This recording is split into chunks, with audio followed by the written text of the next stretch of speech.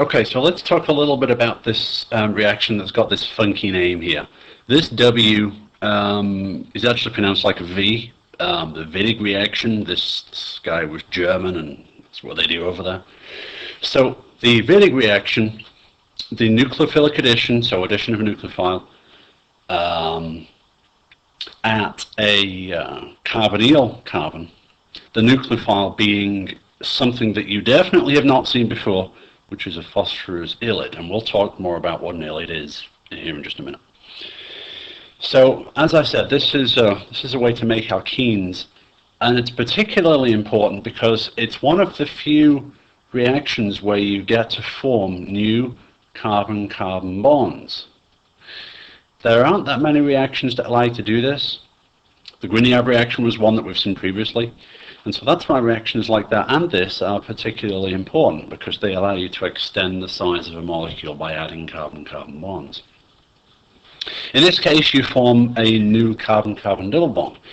And the reason why this is so useful is it allows you to make an alkene, a very specific alkene, without the worry of formation of different constitutional isomers. For example, here's an alcohol. You would have seen this last semester. When you take an alcohol and dehydrate it, you essentially protonate the OH, turn it into OH2 plus, and have it fall off. And that allows you to form a double bond. Now, the issue is that double bond can, you can lose a hydrogen from this carbon, or you can lose a hydrogen from this carbon. In other words, you can form a double bond on the end, or you can form a double bond in the middle. Now, it's true that this molecule would be the one that you want, sorry, this one would be formed in the larger amount, but the fact is you get a mixture. And what if you don't want that? What if you want this, and this only, all right? Traditionally, alkenes can be difficult to make that way, and the Wittig reaction allows you to get around that problem and do this specifically, okay? So literally, you start with a carbonyl group, and that can be an aldehyde or a ketone, depending on what sort of alkene you want. And you react it with this odd, weird-looking species here. This is what we call an ylide. And notice it's a carbon nucleophile. Now, can you see why? Well, it's that because the carbon has a pair of electrons on it, which gives it a negative charge. But what we haven't seen before is this is next to a phosphorus with 3 phenyl groups on it, three benzene rings. The phosphorus has 4 bonds to it, and it has a plus charge because of that. So this doubly charged carbon nucleophilic molecule is called an ylide. This reacts at the carbonyl carbon, kicks the electrons up onto the oxygen. We'll go through the mechanism here in a minute. But ultimately what we end up with is this alkene and no other alkenes, and a byproduct which is triphenylphosphine oxide. Notice this is the only alkene product. We don't get any of this, and that's the beauty of this reaction. It allows you to form exactly the alkene that you want. You do see a little bit of E and Z isomers when you run your reaction to get an alkene in the middle of a chain, and we'll actually see this when we do the Wittig reaction in lab. But you don't form any constitutional isomers, and that is what makes it great. Okay. So let's look in detail about the ylide. This, you can see this species looks very reactive, and well, it is. It's not the kind of thing you can just go to Walmart and buy a bottle of. We actually have to make it. In lab, we'll make it a particular way, although we have several steps that we don't have to do that I'll go through here. But I'm just going to start off right from the basics, okay?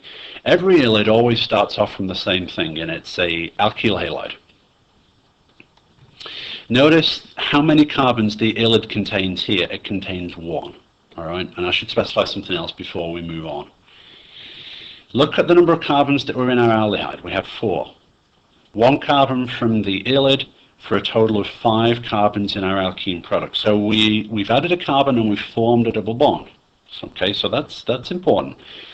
So you add the number of carbons from your ylide into your carbonyl, and that's the number of carbons you have in your product. So if we have 1 carbon in our ylide, well, we have to start from an alkyl halide that has 1 carbon as well. In this case, we could use methyl bromide. We could use methyl chloride or methyl iodide, something like that, something with one carbon and a good leaving group. And what we do is we introduce that to this molecule. This is called triphenylphosphine, a phosphorus with 3 phenyl groups on it.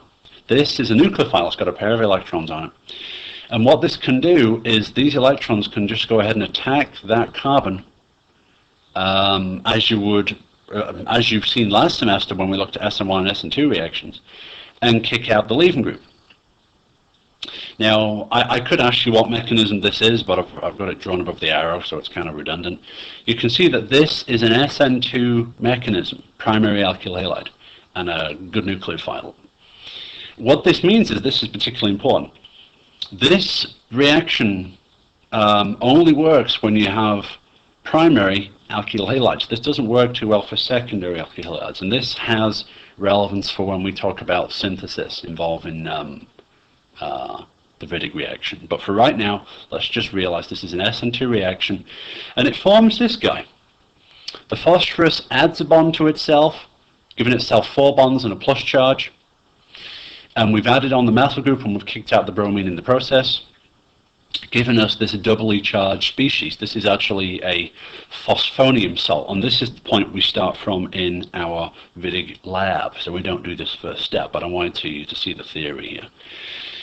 Now, once you have this phosphonium salt, this is where it gets a little interesting, because then you take this, and we want to make this carbon into our nucleophile, because right now it's not dull and boring, and it's got 3 hydrogens on it and a bond to phosphorus. The only way to make this a nucleophile is to get a pair of electrons on this carbon, and the only way to do that is to remove one of these hydrogens. And what do you use to remove hydrogens? Well, you remember from last semester, you use a base. And now these are hydrogens bonded to carbon, so we need a pretty strong base. In lab, we will be using OH minus, so I'm just going to say, let's say we use this. Although usually, for this procedure, it's a much stronger base. The book talks about something called butyl lithium, which is a really, really strong base, but it works in the same way. What this does is, because this carbon is next to a positively charged phosphorus, it makes these hydrogens slightly acidic, or more acidic than they would normally be. So this base is actually able to go ahead and grab those, or grab that hydrogen, and kick those electrons onto that carbon. If that pH 3 wasn't here, you wouldn't be able to do this. Kicking those electrons onto that carbon gives you your ylide. All right? The ylide is actually so reactive that we don't isolate it, we just make it and then throw in our aldehyde that we're reacting with, and that's what we'll do in lab. But that's our ylide. So now we've got to look a little bit about, well, what actually happens between these two. Well, we said before this was a nucleophilic addition, characteristic of, all carbonyl groups. So here's our nucleophile. This, of course, is not the nucleophilic part, it's this part with the electrons. And so the electrons on the carbon are simply going to say, I'm going to go over here and attack my carbonyl carbon, because that carbon is very electrophilic, kicking the electrons up onto the oxygen in the same way as they always do. And what they give us in this case is this interesting looking intermediate. We have the O minus, we have our carbon with our 2 hydrogens, which is this one. I just haven't drawn the hydrogens on here, but they are there. And I've drawn this out in this square sort of fashion for a very particular reason, all right? Because what do you think is going to happen when you put a minus and a positive next to each other? Some cases that positive doesn't really mean anything, but in this case, phosphorus, if you remember from your Gen Chem classes, phosphorus can exceed its octet rule and have more than 10 electrons around it, and that's what it does here.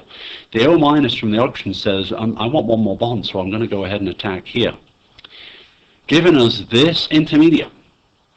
Now, this doesn't look like anything you've seen before, but we're actually very close to our final product here. Okay.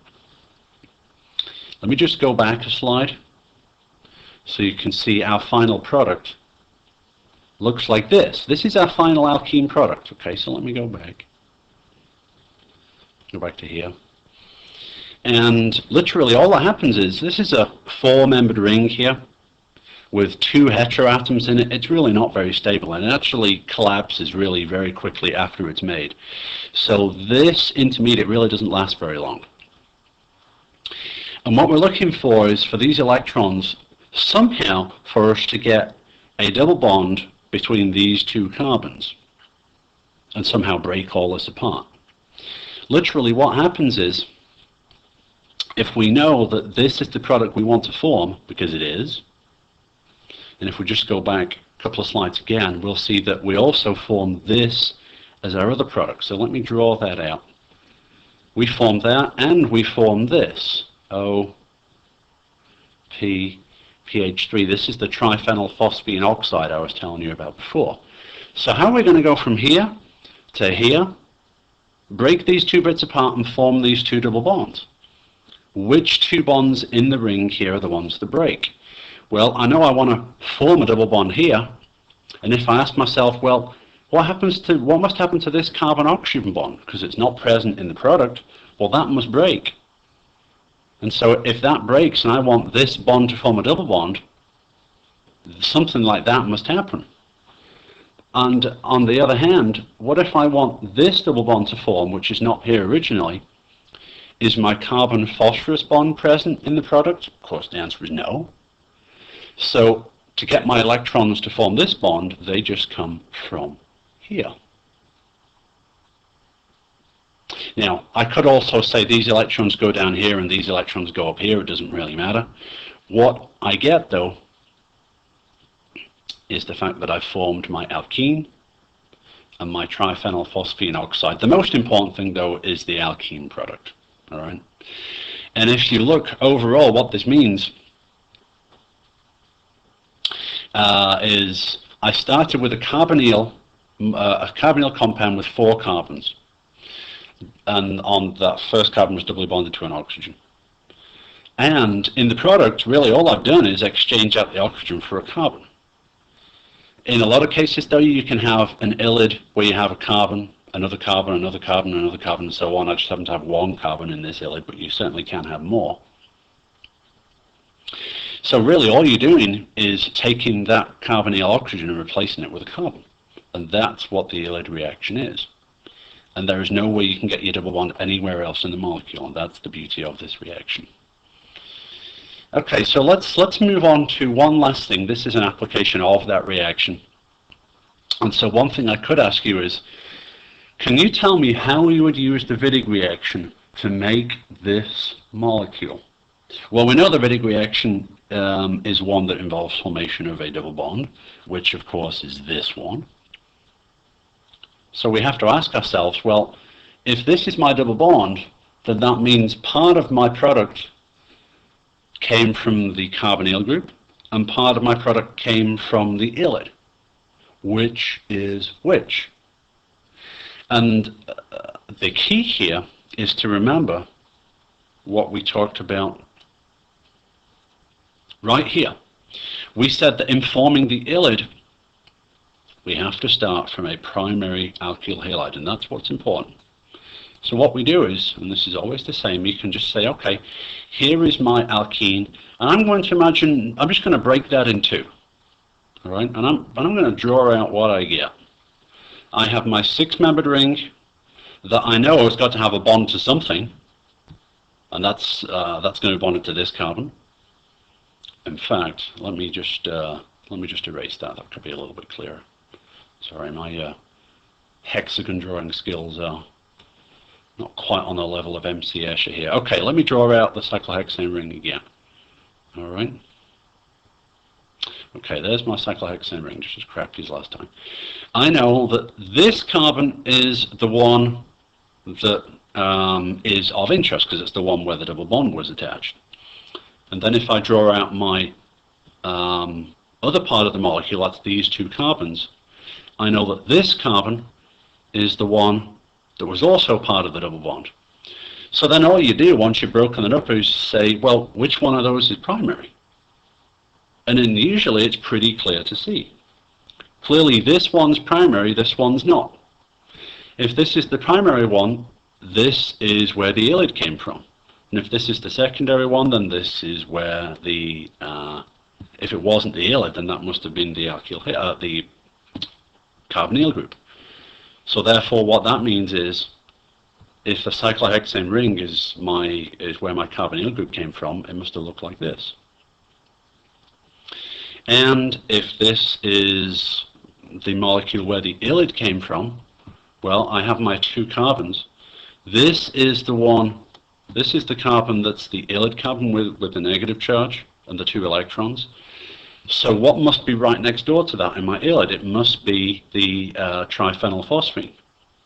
So here's my pH3. Okay, no, that didn't come out very well, but there's my plus, there's my minus, and that's my ylide. And you can do that for any molecule like this. Okay, and so that's how you can use the Wittig reaction to figure out how to make an alkene like that. Okay, thank you.